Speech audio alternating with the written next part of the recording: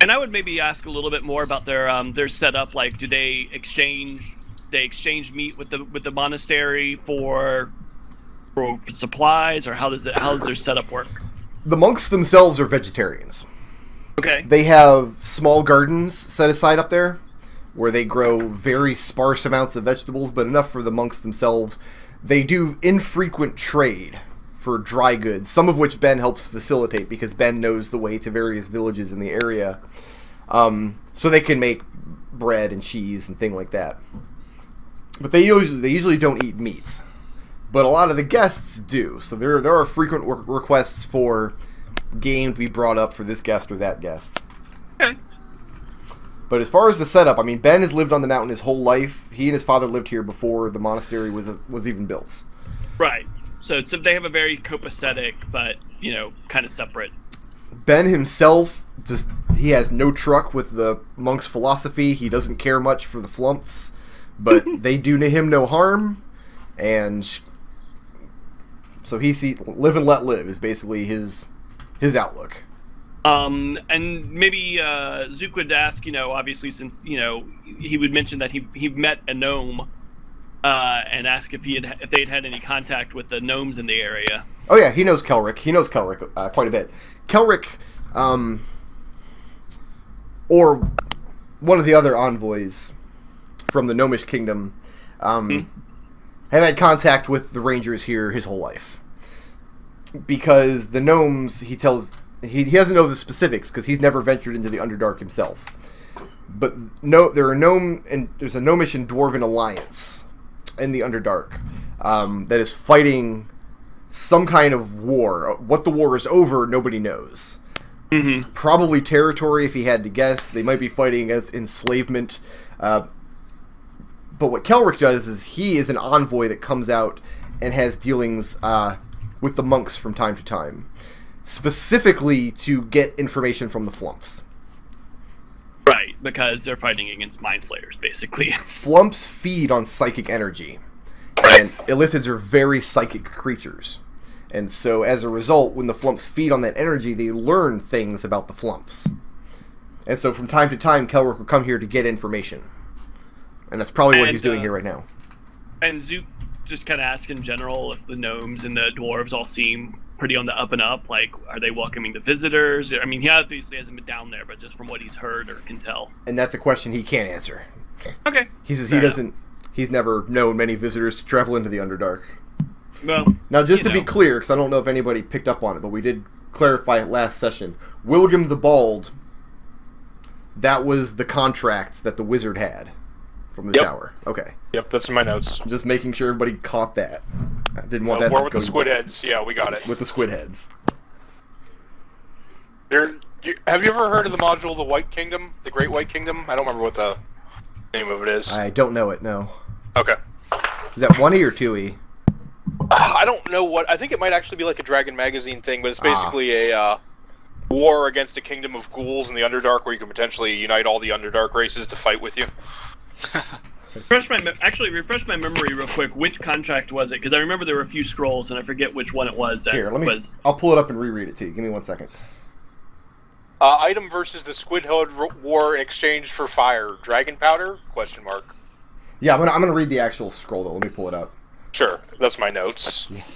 Because I know what your notes are like. Question mark? Okay, it's a contract written in Undercommon from Wilgrim the Bald for 100 each of the items discussed, in quotes, to be used in Wilgrim's war against the Squid Heads. In return, Wilgrim will share the secrets with the wizard to making a newly discovered non-magical substance that creates fire as though by magic, currently available only to certain kingdoms of the Underdark. Gotcha. We're pretty sure they're making dragon powder. That scroll you found in the library of the tower. Okay. So we'll probably have some dealing with him. Which, all right. Before we go any further, who has all those grenades you guys took from the tower? Did you take all those? I have 3 of 2 different kinds on me, and I don't know think what we did Zook with is the only one who availed himself of those. Tarin has a few. I've got a few. Did we just leave the rest in there? I think so. Okay. Yeah, I mean, if I'm not remembering. Give me a second here. I just noticed the Vander gone forever in the party loot. Orphan, you have an evening action. What would you like to do? Alright, start by asking Diane, figure it's been a while since she's been to a civilized place, and see if there's any. If she's got any stories from somebody named Olivia. She racks her memory, but she doesn't recognize the name. Alright, so if she doesn't remember anything, I'll head on down to the hot springs. Okay. Who's down at the hot springs in the evening?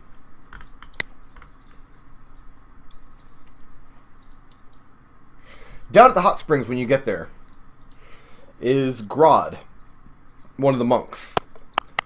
The one interested in martial arts. Yep, and then the young boy, Dromok. Alright.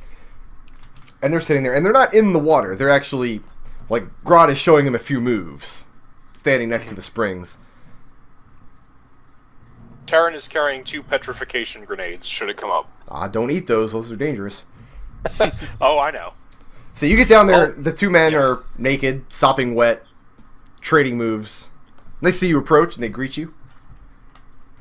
I'll say, carry on. I'd like to see your form, if you don't mind. And Grodd is very interested, and he shows off some moves. Looks recognizably, like, related to the style that you learned, but you can tell it's definitely a different strand. Like, there's a kind of gulf there. Like, the form looks it looks similar in some ways, like superficially similar, but the overall technique is very different. I'll ask him if they wouldn't mind comparing notes. I'll offer to demonstrate some of what I learned, which is different, and we can kind of learn a little bit from each other, maybe. Now, demonstrate how? Like, are you going to do routine, or do you want to roll initiative against Grodd and have, like, a non-lethal combat, or how do you want to do it? Well, what are they doing? They're just doing through forms? Yeah, Grodd is just showing him... Well, what he's doing is he's showing him the forms and explaining how the forms could be used in actual combat. Yeah, so that's as far as I'll go. Okay. Unless they want to do something different, unless they specifically ask me, I'll just do what they're doing, and I'll show them some of our forms. Grodd is more than willing to throw down if you want. Like, he will... He can take some licks. Roll initiative. I'll smile at him and say, maybe once we've shown each other what we know, maybe then it'll be a little bit fairer. And you show them some of your forms, and again, it's they're interested, and Grodd makes note of the differences between the two styles. Clearly, at some point way back in time, it was one style, and then it diverged and branched off from each other. The difference is that your particular brand has been tested over and over again in actual fights, and you're not sure that Grodd's has. In other words, Grodd is a level 1 monk. Yeah.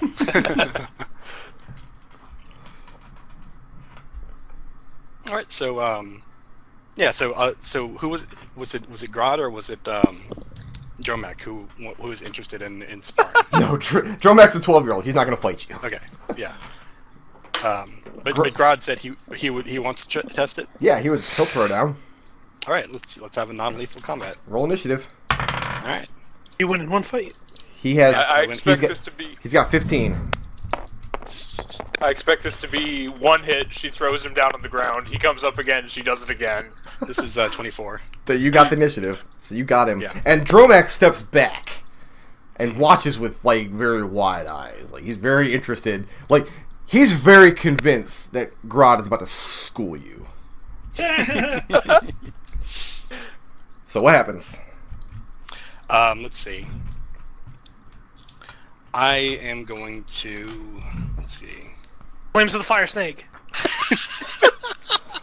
Burn him. Let's be clear about this. If you use any of your elemental forms, it's going to be lethal. Thunder punch him into hot springs.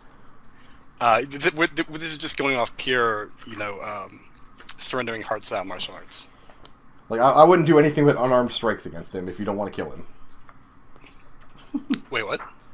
Like I would stick to your unarmed strikes against him if you don't want to kill him. I thought you said I wouldn't do anything with unarmed strikes. Oh no! Like, wait. Like I wouldn't. Okay. I wouldn't bust out the fist of unbroken air or anything like that. Right. Use Fireball as a spell-like ability. I don't get that till this level. You have a necklace? Oh no, that's Zook. No, that's somebody I else. have the necklace. No, I'll actually hold my action on. I'll wait to see what he does first. And he comes straight at you. What's your AC? 16? 16, yeah. How many attacks do a monk get at first level? He gets the one strike, and then if that hits, they get the bonus action, right? Yes. It's not relying on hitting, remember. I'm trying to remember if he... Yeah, it's at level 2 that he gets key strikes. So yeah, he'll get at most 2 at level 1. And he comes at you with all of the force and fury that he showed in his form. And you're doing that thing where you have like your arms behind your back, and you just quietly and easily just sidestep out of the way. You pull a Spike Spiegel on this asshole, and he just can't get a hand on you. And he looks so shocked that he was not even able to touch you. And he is way open for a counterattack. Alright, so it's time to get out all my dice here. Infernal Rebuke. Well, he's got to deal damage for that. Also, that would kill him. That would kill him. Then this becomes a very different campaign. Alright. 4 attacks. Oh, I guess I better check out what his AC is going to be. Yeah. Some of these will not hit him, actually. What AC? Be careful, because if you non-lethally push him to negative his health... What AC did you hit? Let's see. Wow, those are some shitty rolls. There were some bad rolls. I hit a 17 at the highest, a 16, and a 10. Okay, I'm sorry, what?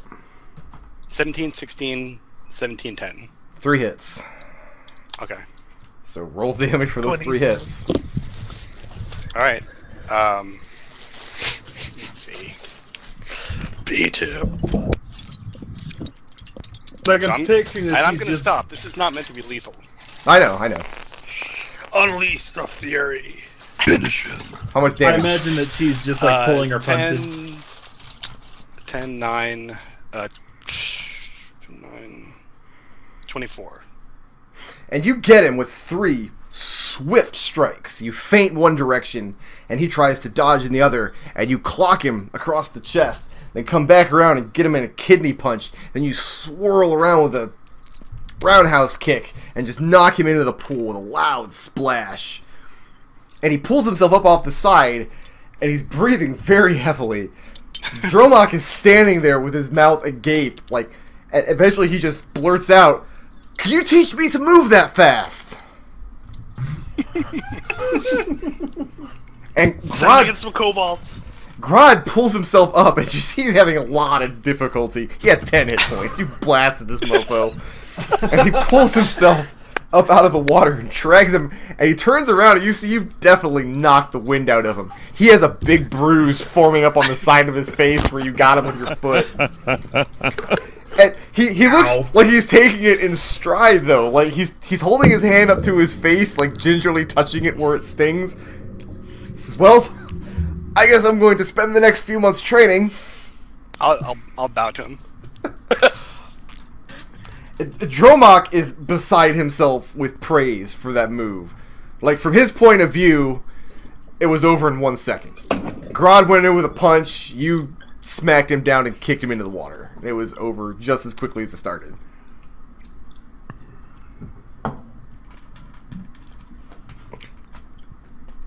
And eventually, Grodd catches his breath and sits back up, and he gives you your props.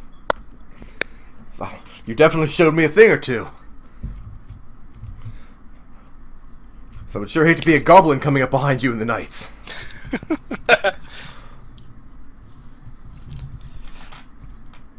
And I'll smile. I'll say, you do me praise too. I mean, you do me honor to praise me. So,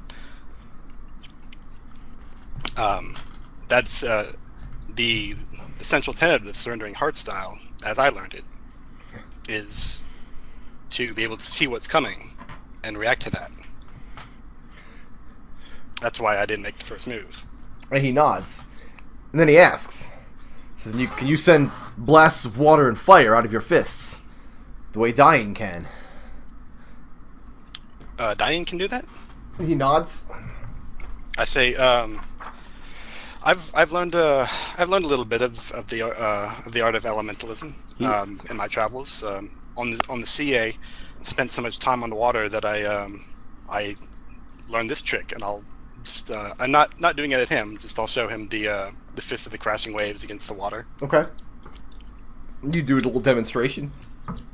Dromok is like he's speechless at this point. Punch wizard. He says, I apologize for my arrogance. I didn't realize you were a master. He says, can you... And I shake my head. I'm certainly a master. He says, can you walk unseen the way that Ferdak can? Unseen. That's an interesting trick. I'll have to ask him about that. And I can't walk unseen, but I can do this, and I'll run across the surface of the pool. Can you move things with your mind? Can you sidestep through walls? As I explained, I'm no master. It sounds like the true masters are the ones that you're already learning from. Says Ferdak can do things that even the most dedicated monks here can't. It's because he's a Githzerai. It's because he's from another world, like he says.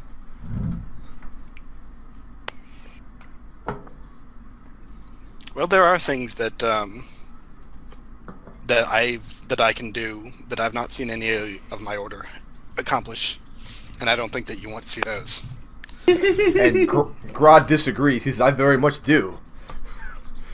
At this point, he's perked himself up and he's leaning, or he's pulled himself back down in the pool to relax a little bit. And you look over at Dromok, and he just still standing kind of agape, and he just nods very quickly. I'll shake my head firmly. Those are not for demonstration. And they say that's too bad. So what else are you looking to get out of these two tonight? Let's see. Not much. I'm just going to relax in the pool for now. Okay. Arik, you went to the forge with Khalil. Yes. And he's out in front. Sorry. Oh. I didn't mean to interrupt. There's one thing that I wanted to ask him. Okay. What's the weird thing in the middle of the dais in the quarters?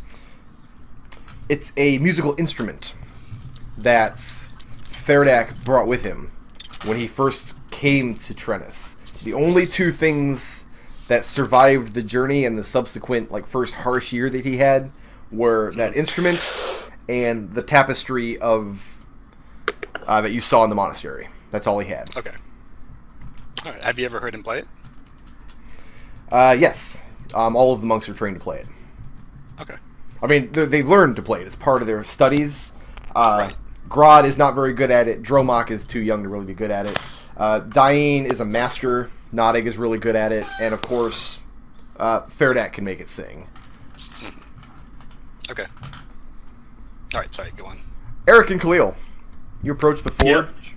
Yep. Yes. And there's Thodrin. He's sitting out in front of the forge with his pipe again and sees you coming up the road. And he sees Khalil coming. He just rolls his eyes as you approach. Oh. Okay. I don't believe we've met. I'm Arik.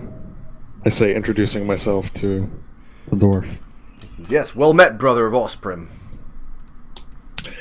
Ah, you recognize Osprim. I have to do 2 minutes of research. Maybe not 2 minutes. Hopefully not 2 minutes. Hold on 1 second. Okay. I have to point out somehow, despite being the biggest Gith fanboy here, maybe other than Brick, I did not realize how awesome the elemental path is for Gith monks until just now. It's a really good fit. What's that? The elemental path is a really good fit for a Githzerai monk as they master the chaos of limbo. It's beautiful. Yeah, that totally makes sense. Yeah. What's this? The Githzerai are traditionally monks in D&D, and they live on the plane of limbo, which is basically kind of the elemental chaos from 4e. So the elemental path is just thematically a really good fit for one of them. Yeah, because if you go to limbo, they're lawful neutral creatures, to a fault. But the reason they live on limbo is because they use their logical and orderly personalities to shape Limbo into what they want it to be. So there are a lot of Githzerai settlements there. A lot of monasteries, training grounds. It's a challenge to be overcome. Right. And some of these monks are so powerful, in Planescape material, some of them are so powerful that they can impose their will upon Limbo without even concentrating on it. It just happens innately. My favorite Githzerai saying is, pain is just weakness leaving the body. What's that from? That's not from... No, it's not. It's definitely from many things. It's from Big Dog, I think. From what? Big Dog. Okay. I was going to say No Fear. I think I've seen it on the No Fear shirt. Okay. It sounds like something Ernie would shout. Yeah. Okay, and Thodrin nods. Bing! What was that? That was Cube's turn. And he tells you that he's a follower of Moradin. Moradin being a dwarven deity that you've probably heard of, but probably haven't met many followers of. A dwarven deity devoted to metalwork, smithing, etc. Huh. Cool. That's cool. All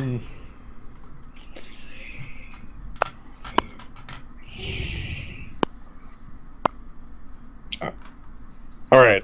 So you're gonna get into a concept of my god's better than your god? No. I just want to figure out. You're only singing Brawl out. See which one is bigger. I just want to figure out what happened earlier and why he won't repair Khalil's armor. I'll start with that. Ask him why won't he repair my friend's armor. He says, I'm busy. I've got a lot of work to do. So I'm not obligated to take every job that comes my way, am I? No, indeed you are not. Dwarf's free to do as he will, isn't he? Yes, he is. But he's talking to you, but he's watching Khalil. I'm just standing there. I'm not saying anything right now. Since I noticed this, I say, is there something wrong with him? Is something seems to have set you off? You seem to be observing him really intently. He spits a gob of something brown and sticky onto the ground and resumes smoking his pipe. Says, far be it to me to speak ill of your friend.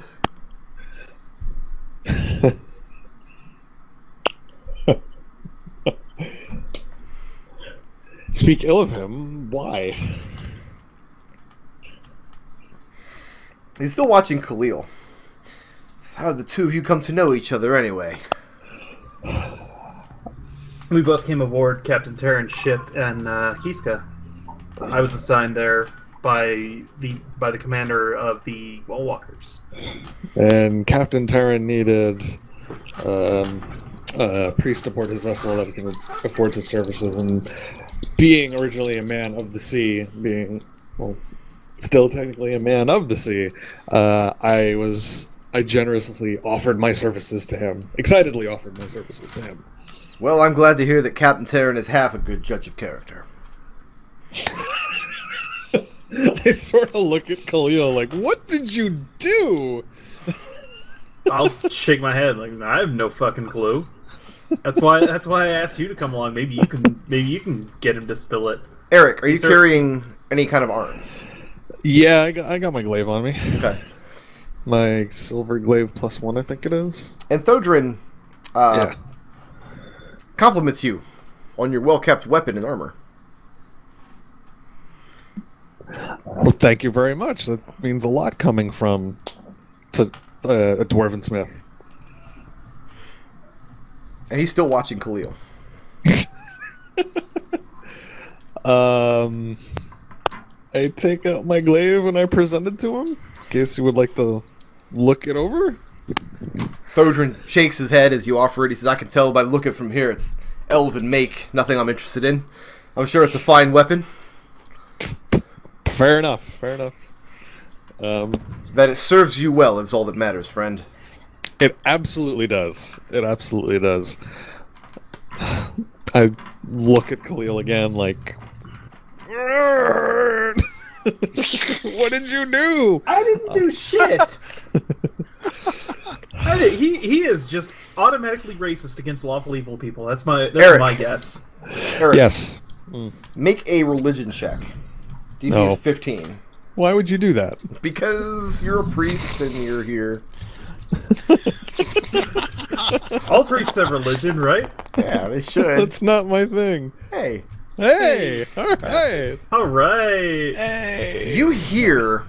He religion does something. Very, very faintly, you hear like a high-pitched ringing. Like in the back of your mind. It's coming from the direction of the forge. And you're not even sure you can hear it. Whenever somebody's speaking, it kind of drowns it out. But when you're standing there in the silence, and Thodrin's just puffing on his pipe, and Khalil's just standing there fuming. He's not really fuming, he's just like, what is this guy's problem? But you very Would you faintly describe hear... him as in a huff? He's in a huff. You hear it in the back of your head, and you're not even sure that you're hearing it. It's on the very edge of perception. But you do hear the slight ringing. Like the sound you hear after someone whacks you in the head with a warhammer, that kind of thing. Okay, yeah. I rub the back of my head and I say, you alright? It's fine, I'm sure. Would you need monetary compensation in order to fix my friend's armor, or is it anything along those lines? And Thodrin shakes his head. So I've got no use for your friend's money. I didn't think so. Can I tell the direction which I think the very faint humming is coming from? Takes a minute of concentration, and if you feel like it's coming from inside the forge.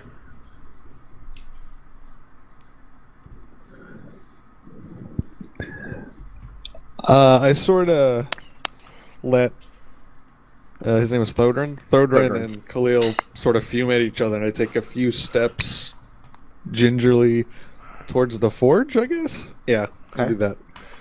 And sort of half investigating. Might just be your mind playing tricks on you, but you feel like it gets louder the closer you step to the forge. Excuse me, does anyone hear that humming? That's really weird height, like vibration. Does Khalil hear it? Khalil does not hear it. Nope. Yeah. When you ask that, Thodrin's eyes dart back over to you. He doesn't say anything. He just continues to draw from his pipe, and he blows out a smoke ring. I sort of point to the forge and be like, "May I?" And I sort of gingerly keep walking towards it because now I'm kind of curious. I mean, he makes no motion to stop you as you approach the forge. All right. How far do you walk? I walk towards it as close as I can, as I'm assuming the vibrations get louder and louder. Is it sustainable? Like, does it start to hurt after a while? It doesn't start to hurt. And like I said, it might just be your brain playing tricks. If it's getting louder, it's very faintly getting louder. Now, as you walk up to the forge, like as you get in front of the door, which is closed, by the way. Right. No windows or anything, like I can peek in, or no. Okay. Not that are open. They're shuttered. Thodrin blows a smoke ring at you. And it kind of gets in your face, and it's really gross. All right. And he says, "Far be it for me to disparage your manners, brother. But the mountain where I was raised, we wait till you were invited inside." Yes, of course. My apologies. I walk away from the forge. I wouldn't want to insult the dwarf that we need things from. It's so easy to insult dwarves. You ever notice that? Apparently, not doing anything insults them, too. And as you back away from the forge, he turns his eyes back over to Khalil. Listen, I'm not going to say nothing, but Arik's white and Khalil's black, so... Yeah. It might just be that simple. You guys might be overthinking it. Is Mock, is he what? No, Mock is very pale. Okay, so it's not that. Right. You detect evil! You're evil! But Khalil doesn't know that! Wait, Khalil doesn't know that he's evil? Well, Khalil just knows he's Khalil. That's it. Okay. So what happens next, gentlemen? I kill a deer yet? No, you have not.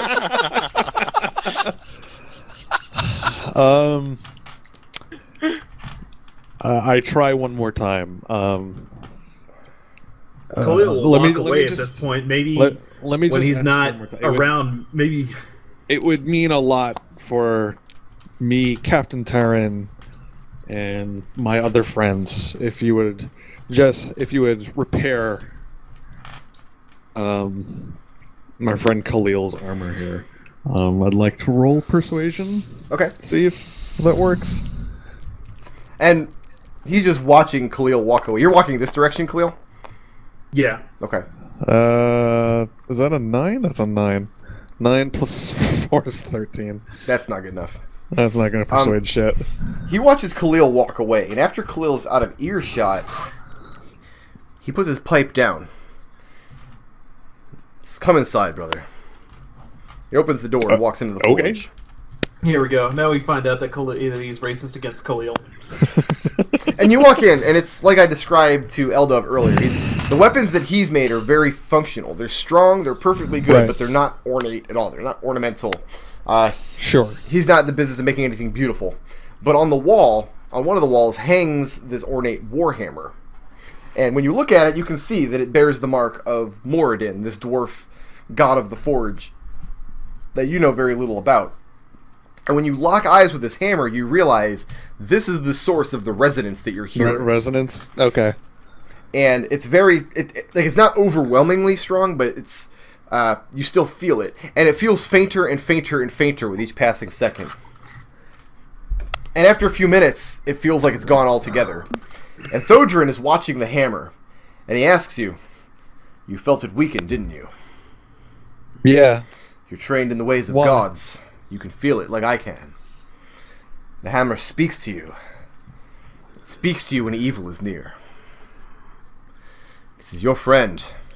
He shakes his head. He says you would do well to have no more dealings with him.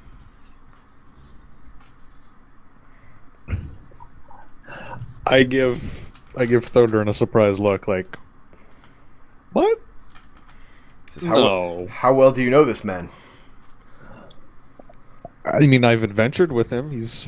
We've saved each other's backs several times now. He says, well, I can't claim to know his motives, but no, they are not pure. That man has a heart of darkness, as does this Polonius Mock. The sooner the two of them leave this mountain, the happier I will be. Polonius Mock. That's the guy we talked to. Yeah, he's the one that flips out the satchel. Okay. He came here specifically looking to get Thodrin to make him an axe. Huh.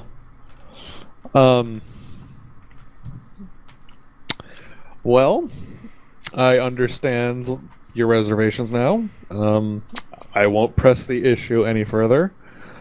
Thank you for telling me. I appreciate it. He nods. I will just be on my way then. And I see myself out. Okay. And close the door to the forge behind you. Khalil. Once I see him step out, you're too far away at this point. You're too far away to... You've walked out eye shot of the forge. I mean, you've walked down this road, and eventually it ends at this staircase, but this staircase is so collapsed and full of rubble that it's impassable. Mm-hmm. And, I mean, you're just pissed off, and you friggin' hate dwarves, and... fucking ship I'm on is named after a dwarf, stupid fucking... No, I'm just pissed off at that dwarf. And you walk back down the road, and Arik's standing there waiting for you. And Khalil approaches in front of the forge here.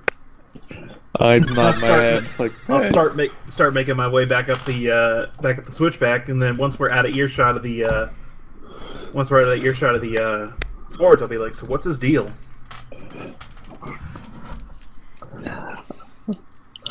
I sort of stare at Khalil. I don't say anything. Buddy, are you evil? Now you're doing it too. Dude, he totally told me you were evil. What the fuck, man? Why are you evil? Is that what you tell him? No, that's not what I tell him. What do you tell him? I don't say anything. Don't say anything.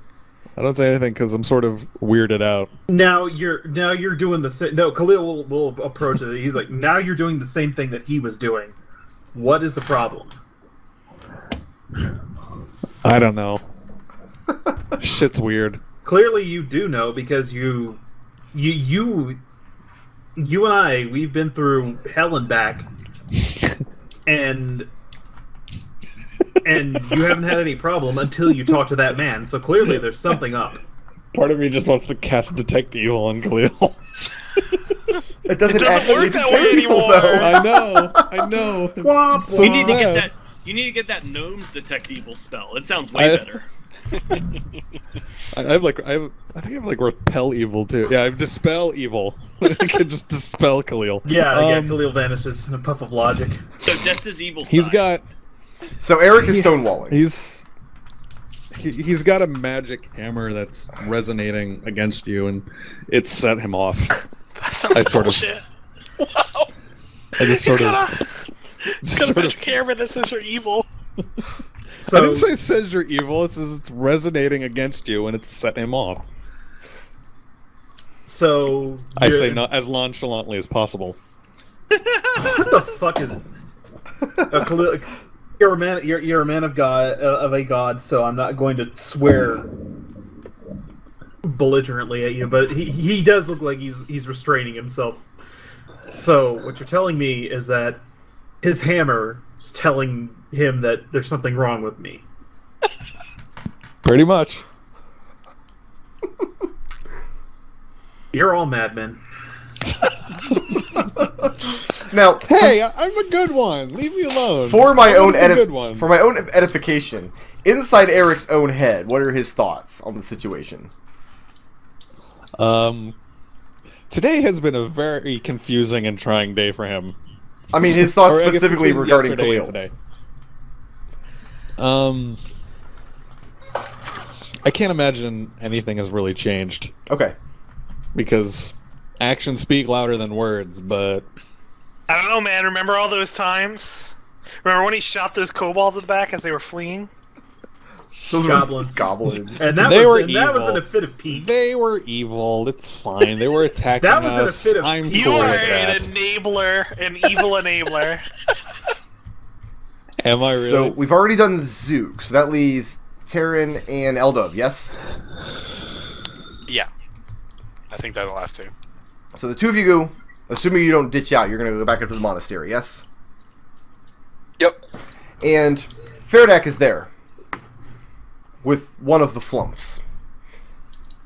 And you're taken back into his little sitting room, and they have the mats laid out. The Flumph doesn't sit because it floats. Flumphs are awesome like that. And Fairdak tells you this particular Flumph is known as the Great Seer. They don't have a spoken language. That's what the monks and the acolytes have come to call this Flumph, because he's the one that takes in the psychic energy given off by the dream ceremony and can interpret what the dreams mean. Basically, it's like he's eating the dream and then he's telling you how it tastes. Right. Eldove, your dream is very clear. You've ruminated on what's going to happen if you try to do this contact other plane ritual. And you get the sense that it's going to backfire on you. It's not going to attempt to contact another plane or another world. It's going to contact a very dangerous and a very elemental part of Trennis. It's going to reach into parts of Trennis that are close to the plane you're trying to contact. For example, if you try to contact a devil or a demon, it's going to reach way into the flames of Romneus and bring something out. That sounds helpful. What if we need to talk to a fire elemental? Well, there you go then. And how do I burn things better? Destil. Yes. You're told that Great Seer takes more interest in your dream than he's taken in many years. Because the Illithid king that you saw sitting in that empty throne is from another world. It's a great, cosmic threat. Flumphs, millennia ago, found out about this all-powerful illithid who has been alive for centuries and who has eaten the thoughts and ideals and dreams of entire kingdoms and entire realms and became stronger and stronger. And so many Flumphs came together to try to combat this illithid, and when that happened, they performed a ritual that kind of caused all of their consciousness to meld together. And when that happened, those particular Flumphs like blinked out of existence. They blinked off the prime material plane, and that was the last they were seen of them. But what happened was people started appearing from all different worlds. People started showing up who started dreaming of a great Flumph, and through these dreams began wielding great power. And some of the power that Ferdak describes to you are powers that sound similar to yours. And through these people, over centuries, eventually enough of them came together to overthrow this indestructible illithid king. And the way they did it was they turned his mind inward on itself and imprisoned him inside his own consciousness. So he's still alive, and he still has a castle, and it's still there, but it's sat silent for millennia. And this was in Trennis on the prime material plane, or in the astral plane, or I'm a little out of it on terms of location here. This didn't happen on Trennis.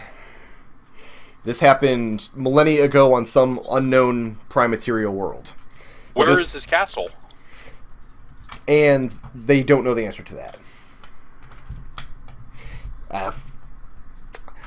I mean, understand that the Great Seer, and Ferdak says, if I had to guess, my guess would be the castle is floating in the astral as well.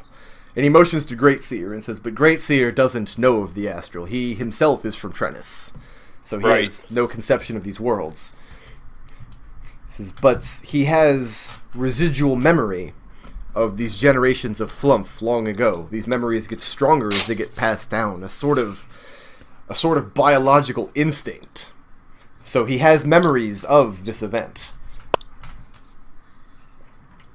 And he thinks you are a warrior chosen by this consciousness that the Flumphs used millennia ago to combat this great threat. I'm just going to sort of summon my Pact Blade and let it sit in my hand and feel the weight of it for a moment. And when that happens, you see Great Seer become very excited. Like, he starts changing colors. I forget what color is very excited. I think it's yellow. Well, I can talk to him in his mind. You can. And greetings, Great Seer. And the response you get, it sounds very alien, but also very familiar. And he's excited because the designs on your packed weapon match the sort of designs that the Flumphs paints. These memories that come down through years and years and years. What you were thinking looked like tentacles to your eyes were these swirls and spirals. And he is very convinced that you are a chosen warrior of this great Flumph from aeons ago. Tarin is slightly less optimistic at this point.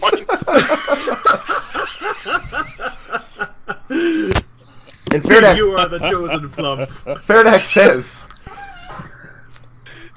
he says, Great Seer is convinced that a great blight, some sort of great cataclysm, is fit to befall Trennis, and that you have the tools to combat it, to fight this threat.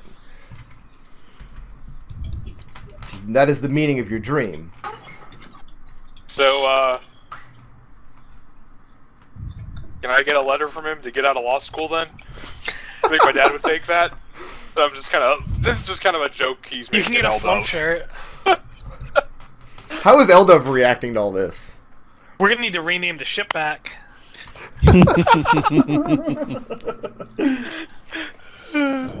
Now, have you ever told Ferdak or anybody else here about the dreams of the ship and the Great Door? I told the group about the Great Door in the ship. I assumed that's the one that they would get, but I wasn't sure if the Illithid one would be more important. That's why I recast Dream. I mean, actually, as Flumph warriors, can we all get sweet Flumph monk robes? Do you ask Fairdeck that? Yeah, I will. I'll say that there was another dream that actually prompted me to come here in the first place, and along the journey I mastered the spell that allowed me to see the Illithid King's dream. Fairdeck says, then you should stay here a while longer. See if that dream revisits you, and if so, we will be able to interpret it for you.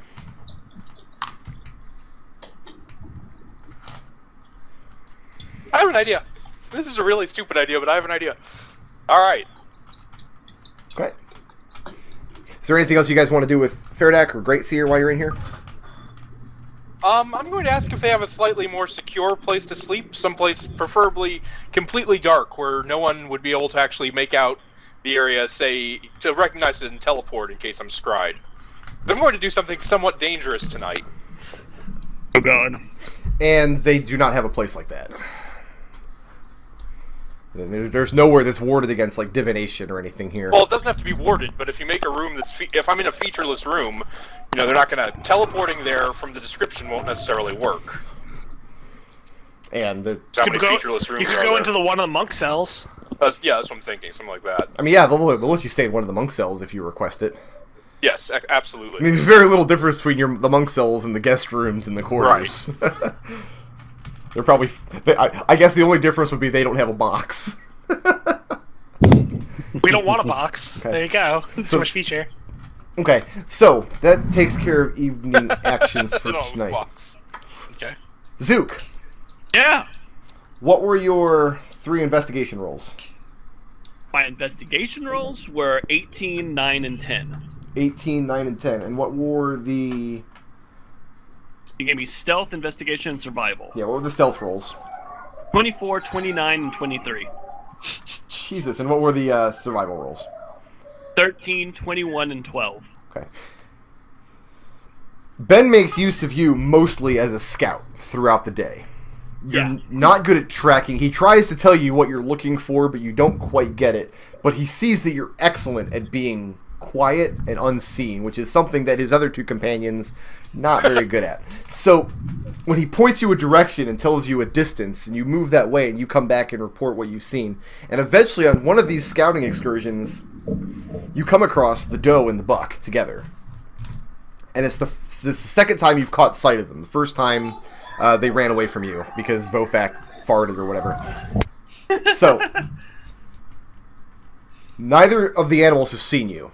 And Ben told you if you catch sight of them to come back and report. So there you are. You've got the shot. What do you do? I'm playing by the rules right now, so I would actually creep back and report. Okay. Creep back and report. Ben nods and tells you and Vofak to stay behind. And he and Kalutar take off in the woods in that direction. It's weak ass. I know. I probably should have just taken the shot, but I could have fireballed those deer. Eldove comes back with roast venison. And it's quiet for a couple of hours, but they come back eventually dragging the 2 carcasses behind them. Okay. Fair enough. And Vofak is delighted. And he picks up one of the deer and slings it over his shoulders. Kalutar and Ben carry the other one. Well, boys, we have a long march back home, but it was a great success. He slaps you on the back and thanks you for your help. I tell him, glad to be a help, and I hope next time, maybe I'll get to take one down myself. He nods over at the doe and says, half of that is yours, don't forget. Oh, my companions will be quite pleased to have venison tonight. Oh, you won't be back by tonight. You'll be back tomorrow morning. I opened it with faith, and this is the way. I got a good feeling.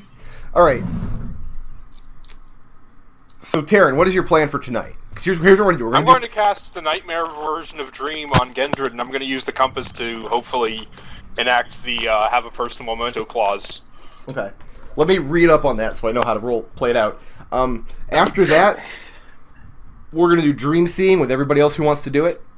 Okay. If you don't want to do it, that's fine. If you do, we'll just run through it. And then I'm going to call the session after that. Check your IM, because my dream is in there. Okay. Yeah, my IM is lighting up. I want to, but I haven't thought of a good dream yet. Do me last. I thought of a good dream. Do you want to do dreams tonight, whoever wants to do it, or are we going to be here for a few sessions? Go to sleep and have a nightmare of Khalil being evil. Ian. Yeah. Is this a banana you're spending, or... Like, I got a question mark here. I'm not sure if that's banana worthy or not. My first banana was such a weird spur of the moment thing. I haven't decided if I want to use a banana on that or not. To be fair, Pokemon for kids is yellow. I ate a banana earlier while we were playing.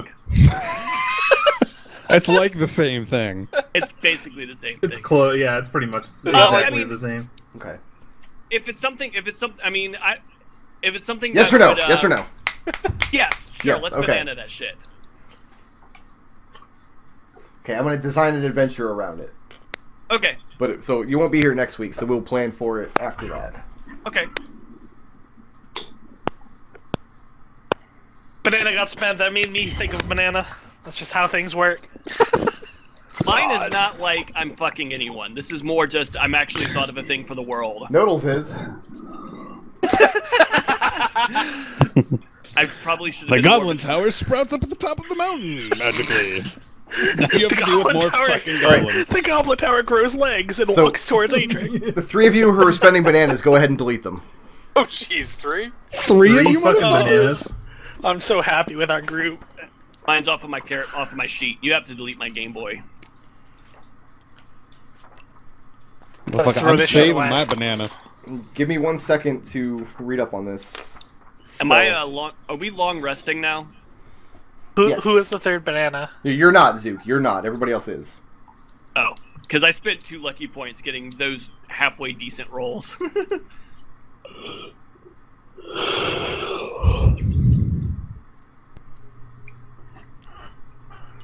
Triple banana. I opened up chat while Burkhardt was researching. So does anyone else feel like the Flumphs used a ritual to merge into an Elder God? Merge each other into a... Oh, that's your what I'm hearing. Your pack god is totally a terrible Flumph, and that's awesome.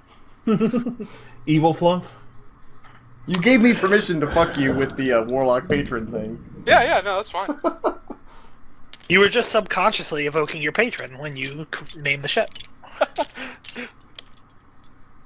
Fred is a divine conduit to the Flumph god when he suggested it. Okay, so what you're going to do is make a Nightmare Messenger and deliver a short message to Gendred. Is that the idea? Yep. Okay. And I'm using the compass to get that clause that hopefully gives... I'm not sure if it'll work. It'll work. Yeah, I'll give that to you. Duke's got a dream whenever you're ready for it. I didn't know if you want to do that tonight or... Yeah, we're doing that after his And just so you know, I turn into a pumpkin very shortly. So. Okay, let's do Khalil's Dream Seer right now. Do you want to do a Dream Seer? Yeah, sure. What dream do you see? Did you look at the IM I sent you? Did I? Let me see. Before I look at that, let me make notes of these bananas being spent.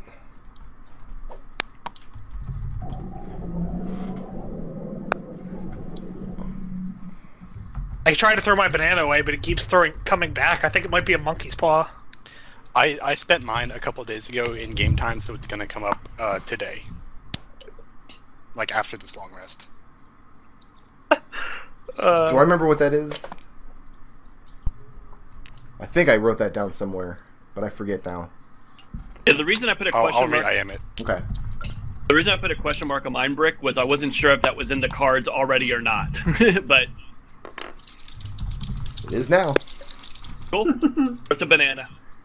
Oh no, I got that. I got that. Yes. Okay. Yes. Okay. I thought you were talking about from last session. I'm like, you spelled last session? Okay. So what? Okay, Khalil. Sorry about that. What dream do you want to see? You saw the one in the IM, right?